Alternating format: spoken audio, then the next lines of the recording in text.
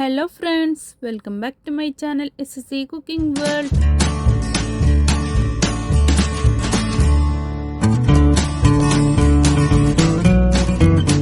ഇന്നും ഞാൻ നിങ്ങളുടെ മുമ്പിൽ വന്നിട്ടുള്ളത് എല്ലാവർക്കും ഒരുപോലെ ഇഷ്ടപ്പെടുന്ന ഒരു കറുമുറുവിൻ്റെ റെസിപ്പിയുമായിട്ടാണ്. അസൽ മുറുക്കാണ് കേട്ടോ ഇത്. റെസിപ്പിയിലോട്ട് കിടക്കുന്നതിന് മുമ്പായി നമ്മളുടെ ഈ ചാനൽ ഇതുവരെ സബ്സ്ക്രൈബ് ചെയ്യാതെയാണ് ഏതെങ്കിലും കൂട്ടുകാർ എവിടെയെങ്കിലും കണ്ടുകൊണ്ടിരിക്കുന്നുണ്ടെങ്കിൽ ഒന്ന് പോയി സബ്സ്ക്രൈബ് ചെയ്യാനും കൂടെയുള്ള കുഞ്ഞു ബെൽ ബട്ടൺ ഒന്ന് പ്രസ് ചെയ്ത് സപ്പോർട്ട് ചെയ്യാനും മറക്കല്ലേ. എന്നാലേ ഞാനിടുന്ന പുതിയ പുതിയ വീഡിയോസിൻ്റെ നോട്ടിഫിക്കേഷൻ നിങ്ങളിലെത്തുകയുള്ളൂ. നിങ്ങൾക്കത് അപ്പോഴപ്പോൾ തന്നെ കാണാനും പറ്റത്തുള്ളൂ.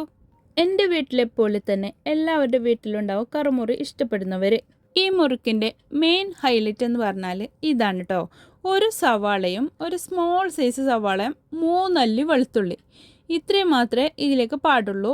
ഇത് ക്വാണ്ടിറ്റി കൂടുകയാണെങ്കിൽ അതിൻ്റെ ടേസ്റ്റ് ഡിഫറെൻ്റ് ആവും. ആ കാരണം ഇത്ര മാത്രം എടുത്താൽ മതി. ഒരു സ്മോളാണ് കേട്ടോ ഈ സവാള ഇട്ട് കൊടുത്തിട്ടുള്ളത്. എന്നിട്ട് ഇതിലേക്ക് വെള്ളമൊന്നും ചേർക്കണ്ട, നല്ല പേസ്റ്റ് രൂപത്തിൽ നമുക്ക് ഇതിനെ അരച്ചെടുക്കണം. ഇതാ പേസ്റ്റ് ആക്കിയിട്ട് അതൊരു സൈഡിലേക്ക് നമുക്ക് മാറ്റി വെക്കാം.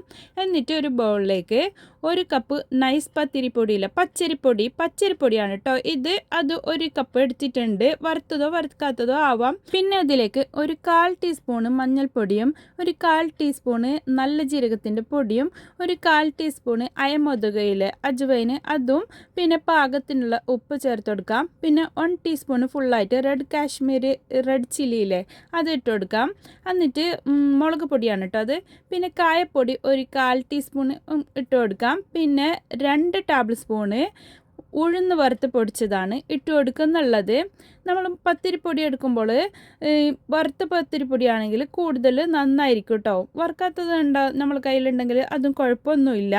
എന്നിട്ട് നമുക്കിതിനെ നന്നായിട്ട് ഒന്ന് മിക്സ് ചെയ്ത് കൊടുക്കാം. അതിനുശേഷമാണ് നമ്മൾ അരച്ച് വെച്ചിട്ടുള്ള ഈ പേസ്റ്റില്ലേ, സവാളയുടെ പേസ്റ്റ്, അതുകൂടി ഇതിലേക്ക് മുഴുവനായിട്ട് ചേർത്ത് കൊടുക്കണം. എന്നിട്ട് നമുക്ക് ഇതിലേക്ക് വെള്ളം ഒഴിച്ച് കൊടുത്തിട്ടാണ് ഇതിനെ കുഴച്ചെടുക്കേണ്ടത്. നമ്മൾ ചപ്പാത്തിക്കൊക്കെ കുഴക്കൂല, അങ്ങനെ കുഴച്ചെടുത്താൽ മതി. ഇതൊരു 1/4 കപ്പിന് കുറച്ച് മീതെ വരെ മാത്രമാണ് ഇതിലേക്ക് വെള്ളം ആവശ്യം വന്നിട്ടുള്ളത്. അപ്പോൾ വെള്ളം നമ്മൾ ഒഴിച്ച് കൊടുക്കുന്നതിനനുസരിച്ചിട്ട് ഇത് കുഴക്കത്തിന് എത്ര വേണമെന്ന് അനുസരിച്ചിട്ട് ഓരോരുത്തരുടെ പൊടിയുടെ ഇതിനനുസരിച്ചിട്ട് ഇരിക്കും. അതിനനുസരിച്ചിട്ട് വെള്ളം ഒഴിച്ചെടുത്താൽ മതി. എനിക്ക് 1/4 കപ്പിന് കുറച്ച് മീറ്റായിട്ടാണ് വെള്ളയിലേക്ക് വേണ്ടി വന്നിട്ടുള്ളത്. അപ്പോൾ ഇതിനെ നമുക്ക് നല്ല പോലെ ഒന്ന് കുഴച്ചെടുക്കാവേ. നമുക്ക് അതിൻ്റെ പാകം നമ്മളിങ്ങനെ തൊടുമ്പോൾ മനസ്സിലാവില്ലേ, അതുവരെ കുഴച്ചെടുത്താൽ മതി. ഇത്രയും മതി കേട്ടോ. അപ്പോൾ നമുക്ക് ഇത് പെർഫെക്റ്റ് ആയിട്ട് തന്നെ നമുക്കിത് കുഴച്ചിട്ട് കിട്ടിയിട്ടുണ്ട്. എന്നിട്ട് അതിൽ കുറച്ച് മാവ് എടുത്തിട്ട് കയ്യിൽ ഇതിങ്ങനെ നീളത്തിലാക്കി കൊടുത്തിട്ട് നമ്മൾ 2 സൈഡിൽ ഇങ്ങനെ ചുരുട്ടി ടച്ചാക്കി കൊടുക്കുക. അപ്പോൾ വെള്ളം കണ്ടില്ല, നമുക്ക് ഇത്ര തന്നെ അപ്പോൾ വേണ്ടതുള്ളത്. എന്നിട്ട് നമുക്ക് ഓയിൽ അടുപ്പത്ത് സൺഫ്ലവർ ഓയിലാണ് ഞാനിത് ഫ്രൈ ചെയ്തെടുക്കുന്നുള്ളത്. ഞാൻ ഇത്രയും ഇവിടെ റെഡിയാക്കി വെച്ചിട്ടുണ്ട്.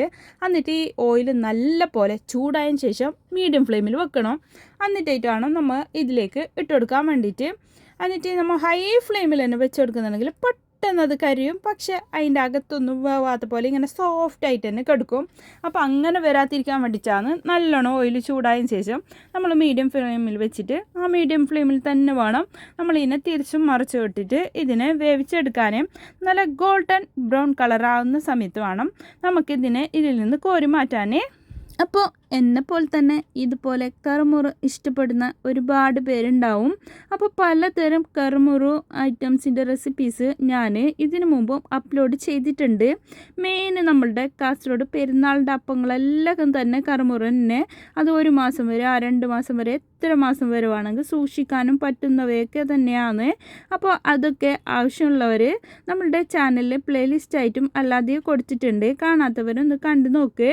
അപ്പോൾ നമുക്ക് ഇവിടെ ഇത് റെഡിയായി കിട്ടിയിട്ടുണ്ട്. അതിനെ ഓയിൽ നിന്ന് നമുക്ക് കോരി മാറ്റാം. ഞാനെപ്പോലെ ഇതൊക്കെ ഉണ്ടാക്കുന്ന ടൈമിൽ ആദ്യം ഒരു പാത്രത്തിലേക്ക് ഇതിന് കോരി മാറ്റും. അതിന് ശേഷം ഒരു ടിഷ്യൂ പേപ്പറിൽ വെച്ചിട്ട്, അല്ലെങ്കിൽ പേപ്പറില്ലേ അടുത്ത വൈറ്റ് പേപ്പറൊക്കെ, ആ പേപ്പറിൽ വെച്ചിട്ടാണ് അതിനെ നമുക്ക് ഇതാക്കിയിട്ട് എടുക്കുന്നുള്ളത്, എണ്ണയൊക്കെ ആറ്റിയിട്ട്. അപ്പോൾ നമുക്ക് ഇത് അടുത്ത എങ്ങനെ നമ്മൾ ഉണ്ടാക്കുന്നതെന്ന് കുറച്ച് എളുപ്പത്തിലായിട്ട് ഉണ്ടാക്കുന്നത് എങ്ങനെയാണ് കാണിക്കുന്നതാവേ. അതിന് വേണ്ടിയിട്ട് ചെറിയ കുഞ്ഞു ബോളാക്കിയിട്ട് നമുക്ക് പത്തിരി പ്രസ്സില്ലേ, നമ്മളെ നാട്ടിൽ പത്തല ചുടുന്ന അച്ച് അതിൻ്റെ അകത്തേക്ക് ഇങ്ങനെ കുഞ്ഞു കുഞ്ഞു ബോളാക്കിയിട്ട് ഒരു 5-6 വെച്ച് കൊടുക്കാവേ. അപ്പോൾ നമുക്ക് എളുപ്പത്തിൽ 5-6 ഒരേ ട്രിപ്പിൽ തന്നെ ഇട്ടിട്ടും കൊടുക്കുക. ഒരു 3 ട്രിപ്പ് ആകുമ്പോഴത്തേനും ആ പാത്രം നമ്മൾ ഉണ്ടാക്കുന്ന പാനും നിറയും. അപ്പോൾ അത്ര നമുക്ക് എളുപ്പത്തിലായിട്ടും കിട്ടും. അപ്പോൾ ആദ്യം ഉണ്ടാക്കിയ റിങ് ആണെങ്കിൽ കുറച്ച് സമയം നമ്മളിങ്ങനെ മെൻകെട്ടിട്ടൊക്കെ ഉണ്ടാക്കണം. അപ്പോൾ അതിനെക്കാട്ടിയും നല്ലത് ഇതാണ്. ഇതിനെക്കാട്ടിയും ബെസ്റ്റായിട്ടുള്ള വേറൊരു മെത്തേഡ് കൂടി ഞാൻ കാണിക്കുന്നുണ്ട്. ഇതാ നമ്മളുടെ മറ്റേ ചിപ്സൊക്കെ ഉണ്ടാകുന്നില്ലേ, അതുപോലെ നല്ല തെളുപ്പായിട്ട് കിട്ടുന്നുണ്ട്. അതുമല്ല നല്ല കറുമുറായിട്ട് നമ്മൾ ചിപ്സിനെക്കാട്ടിയെല്ലാം ഭയങ്കര ടേസ്റ്റ് തന്നെ. അപ്പോൾ ഇത് കഴിക്കുമ്പോഴേക്ക് അപ്പോൾ ഇങ്ങനെ ആക്കിയിട്ടാകുമ്പോഴേക്കും ഇതൊരു വേറെ തന്നെ ടേസ്റ്റായിട്ട് നമുക്ക് കിട്ടുന്നുണ്ടാവാം. നമ്മൾ കുഞ്ഞ് പത്തിരി എല്ലാം ഉണ്ടാകുന്നില്ലേ, അതുപോലെ പൈസപ്പത്തൽ അങ്ങനെയൊക്കെ പറയാം. ഇത് രണ്ടും ഞാൻ ആദ്യം ഉണ്ടാക്കിയ ആ റിങ്ങും അതുപോലെ തന്നെ ഈ കുഞ്ഞി പത്തിരിയും. അപ്പോൾ ഇത് നല്ല കർമുറ തന്നെ, നല്ല ടേസ്റ്റ് തന്നെ. നമുക്ക് വൈകുന്നേരമൊക്കെ ചായയുടെ കൂടെ ആണെങ്കിലും ഇത് കുറേ ദിവസം കേടുകൂടാതെ സൂക്ഷിക്കാനും പറ്റുന്നതാണ്. അപ്പോൾ എല്ലാവരും ഇതുപോലെ ഒന്ന് ട്രൈ ചെയ്തിട്ട് നോക്ക്. നെക്സ്റ്റ് മെത്തേഡ് കൂടി ഞാൻ കാണിക്കുന്നുണ്ട് കേട്ടോ.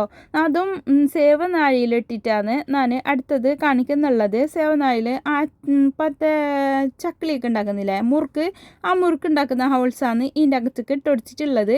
എന്നിട്ട് ഇതാ ഇതിനെ ഇങ്ങനെ എണ്ണയിലേക്ക് എന്നെ കാട്ടിക്കൊടിച്ചിട്ട് അതിലേക്ക് ഇങ്ങനെ തിരിച്ച് എടുക്കുന്നുണ്ട്. അപ്പോൾ അതും പെട്ടെന്ന് തന്നെ ആയിട്ട് കിട്ടുന്നുണ്ടാവുക. ഒരു സൈഡായിട്ട് നമുക്ക് അതിനെ തിരിച്ചിട്ടെടുത്തിട്ട് മറ്റേ സൈഡായിട്ട് ആ ഗോൾഡൻ ബ്രൗൺ കളറില്ലേ, ദ പെർഫെക്റ്റ് കളറ്, ഈ കളറാകുമ്പോൾ നമുക്ക് ഇന്ന് കോരി മാറ്റാം. അപ്പോൾ അതുമായി. അപ്പോൾ 3 ടൈപ്പ്, ഒരു മാവ് കൊണ്ട് 1 കപ്പ് മാവ് കൊണ്ട് 3 ടൈപ്പാണ് നമ്മളിവിടെ സ്നാക്ക് ഉണ്ടാക്കിയിട്ടുള്ളത്, ഈ കറുമുറും. അപ്പോൾ എല്ലാവരും ഇന്ന് തന്നെ ഉണ്ടാക്കിയിട്ട് നോക്ക്. കുഞ്ഞുമക്കൾക്കാണെങ്കിലും മുതിർന്നവർക്കാണെങ്കിലും ഇപ്പോൾ ഷുഗറുള്ള ആൾക്കും ഇല്ലാത്തവർക്കും എല്ലാവർക്കും ഒരുപോലെ കഴിക്കാൻ പറ്റുന്ന ഒരു സ്നാക്ക് കൂടിയാണ് കേട്ടോ ഇത്. അപ്പോൾ നിങ്ങൾ എല്ലാവരും ചോദിക്കുന്നുണ്ടാവും, ഈ കറുമുറു തന്നെ ഉണ്ടാക്കുന്നത് അല്ലാതെ നോർമൽ നല്ല സോഫ്റ്റ് ആയിട്ടുള്ള ഈവനിങ് സ്നാക്ക് ഉണ്ടാക്കാത്തത്.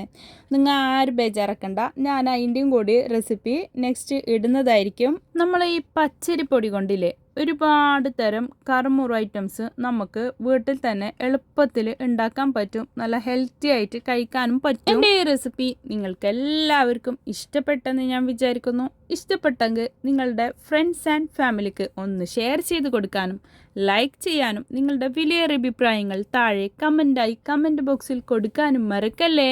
ഇനിയും ഒരുപാട് പുതിയ റെസിപ്പീസുമായും കിച്ചൺ ടിപ്സുമായും നിങ്ങളുടെ മുമ്പിൽ വരുന്നത് വരെ എല്ലാവർക്കും ബൈ. Thanks for watching.